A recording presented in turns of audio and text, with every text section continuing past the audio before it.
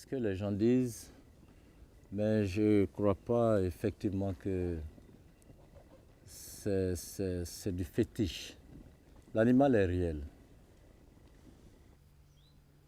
And tell me about the history of this creature. Huyu pepo wa majini yeye hutoka mara kwa mara kuja kwenye kando ya mto, na akija sisi wavuvi huwa tunaweka vidao zetu hapa na hatuvui kabisa.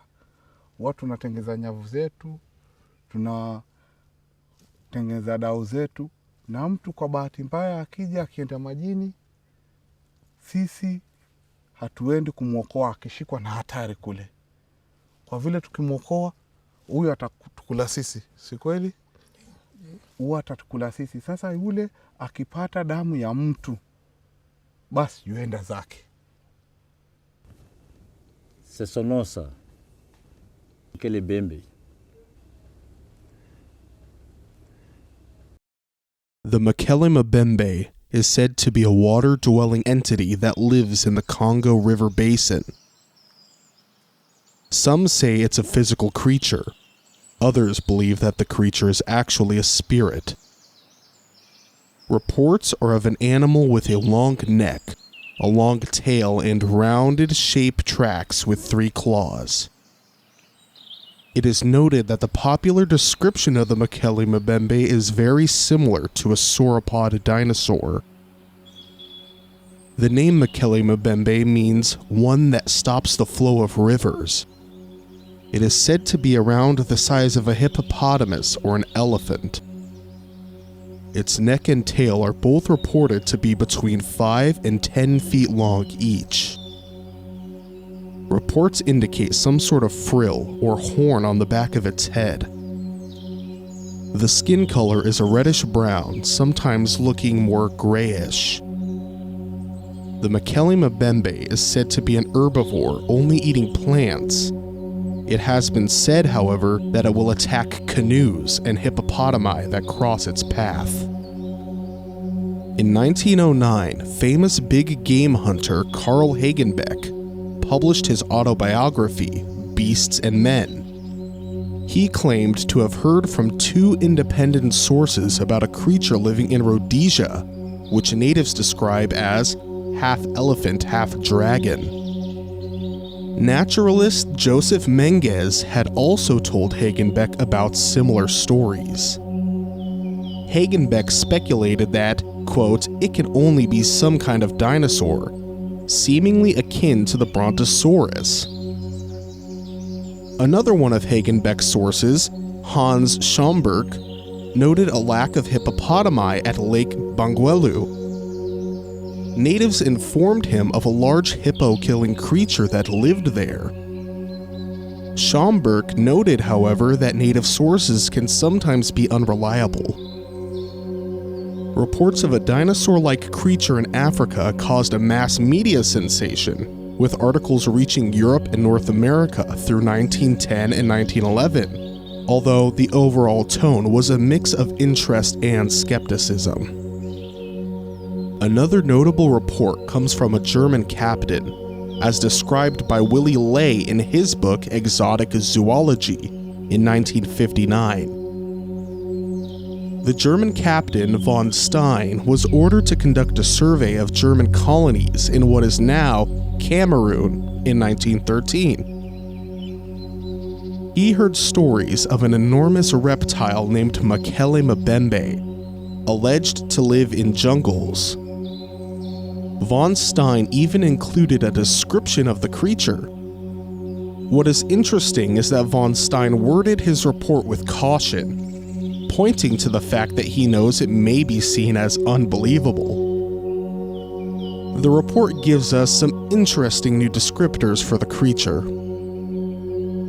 The animal is said to be of a brownish-gray color with a smooth skin. Its size is approximately that of an elephant, at least that of a hippopotamus. It is said to have a long and very flexible neck and only 1 tooth, but a very long one. Some say it is a horn. A few spoke about a long, muscular tail like that of an alligator. canoes coming near it are said to be doomed.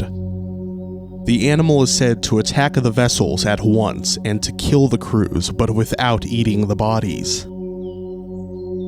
The creature is said to live in the caves that have been washed out by the river in the clay of its shores at sharp bends. It is said to climb the shores even at daytime in search of food. Its diet is said to be entirely vegetable. This feature disagrees with a possible explanation as a myth. The preferred plant was shown to me. It is a kind of liana with a large white blossom, with milky sap and apple-like fruits. At the Sumbo River, I was shown a path said to have been made by this animal in order to get at its food. The path was fresh and there were plants of the described type nearby. But since there were too many tracks of elephants, hippos, and other large mammals, it was impossible to make out a particular spoor with any amount of certainty. Certain details are very similar to an account of Alfred Smith, a British trading worker from the 1800s. His 1927 memoir of what he calls the Jagonini and Amali. And behind the Cameroon there's things living we know nothing about. I could have made books about many things. The Jagonini, they say, is still in the swamps and rivers. Giant diver, it means. Comes out of the water and devours people. Old men'll tell you what their grandfathers saw, but they still believe it's there. Same as the Amali I've always taken it to be. I've seen the Amali's footprint. About the size of a good frying pan in circumference and 3 claws instead of 5. There have been numerous expeditions in the 21st century dedicated to finding the Mokele-mbembe, which have been largely unsuccessful. Particularly interesting was an expedition to Lake Tele in Congo. They didn't find the Mokele-mbembe, however, they did discover a new type of green algae. Another young travel documentary crew made an independent documentary in 2016, searching for Mokele-mbembe, which they later sold to Discovery Africa. They spent 4 weeks in the Lukwala swamp region visiting various pygmy villages, hearing different local accounts. They pointed out the difficulty of differentiating between the Mokele-mbembe's spiritual and physical existence. Many locals believed the creature's presence, and others suggest the last of the species had died out at least a decade ago. One of the most active Mokele-mbembe researchers in recent times is William Gibbons. He has led 5 expeditions in search of the creature from the 1980s onwards. He has gathered many eyewitness accounts from locals in his travels. However, he has never found the creature.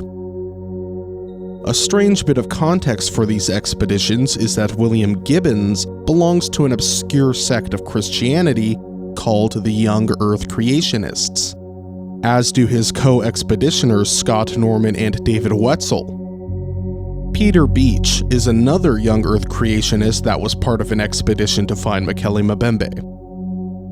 The Creationists believe in a literal interpretation of the Book of Genesis, as opposed to the symbolic and metaphorical interpretation accepted by a large majority of Christians.